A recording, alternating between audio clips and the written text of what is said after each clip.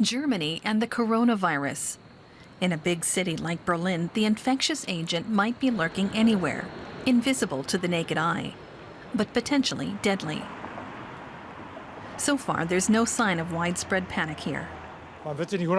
You can't protect yourself from it completely, but if you follow a few basic rules, then hopefully it'll pass you by. But still, it's worrying. I just try to follow hygiene rules and wash my hands. I also try to teach this to my pupils. That's it, really. I'm worried about it, sure. I read the newspapers and listen to the radio. You do have to stay on the alert.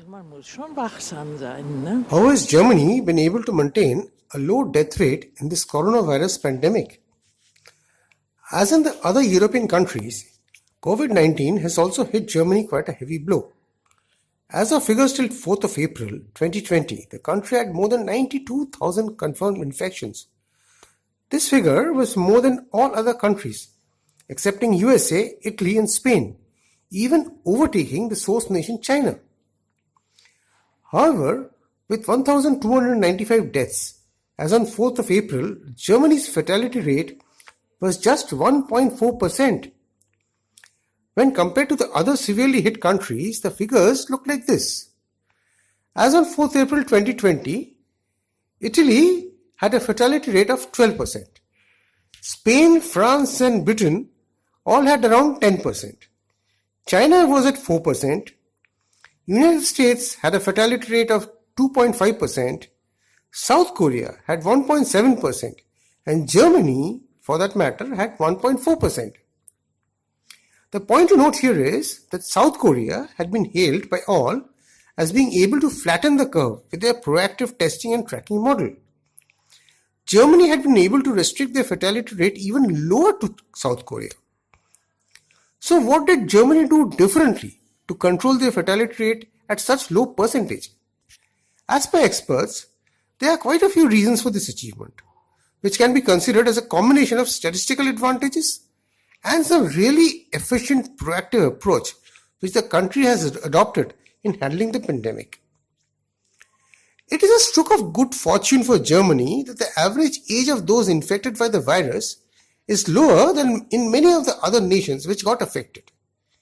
Initially, the outbreak of the virus was through the skiers in Italian and Austrian ski resorts. These patients were relatively young and healthy, and thus could survive through this epidemic. As the infection spread more and more, more and more older people got infected. As a consequence, the death rate, which was only 0.2% about 3 weeks back, started rising. Even then, the average age of contracting this disease remains relatively low at 49 years. In comparison, in France, the average age is 62.5 years, and in Italy, it is 62 years, as per their latest national reports. Testing. The primary reason for low fatality rate is because Germany has been testing far more people than most countries.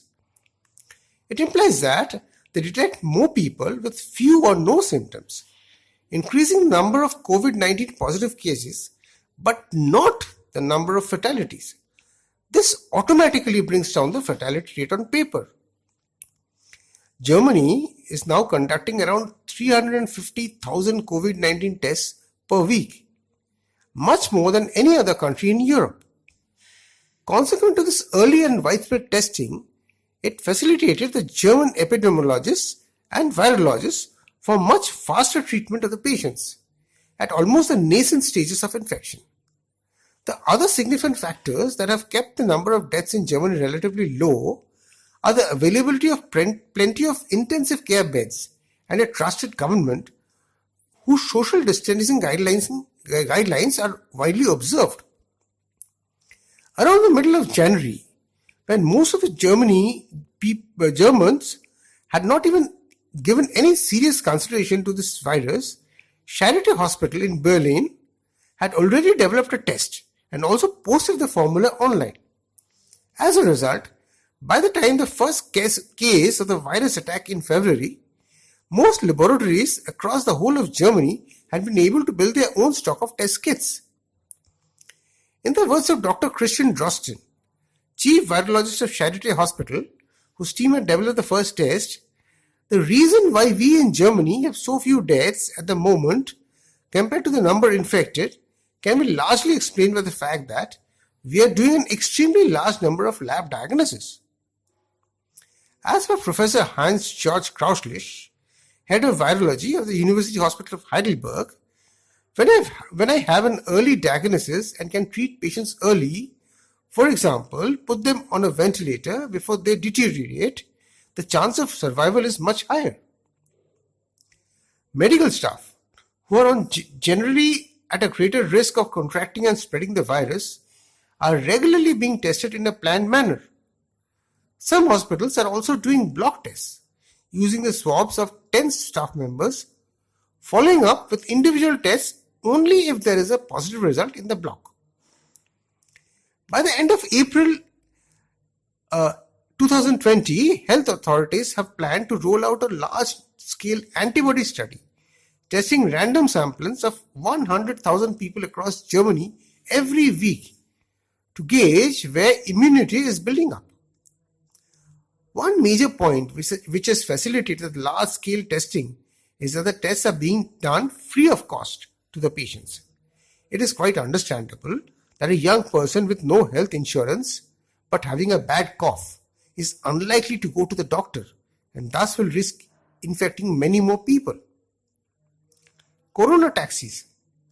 Heidelberg has initiated a novel idea of introducing corona taxis.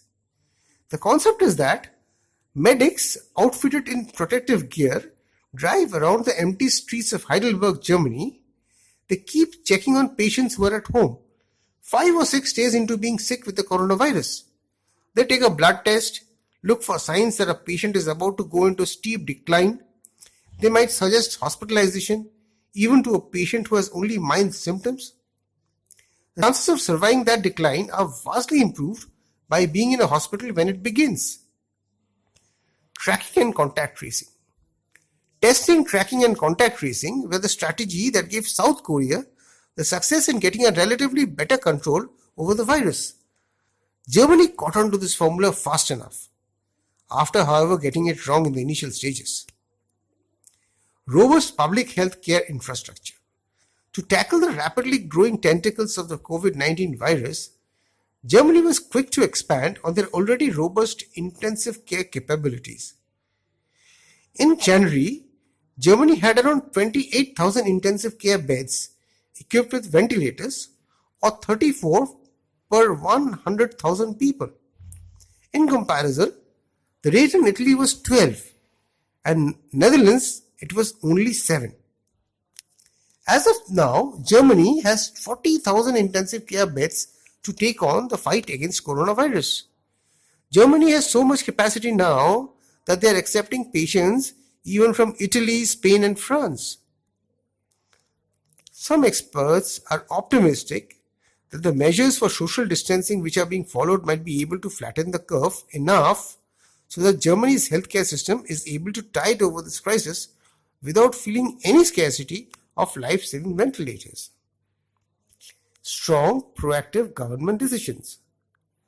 Along with the large-scale testing and the robust infrastructure and preparedness of the healthcare system, the other single major contributor for Germany's steadily growing success in controlling the fatality rate has been the leadership of Chancellor Angela Merkel.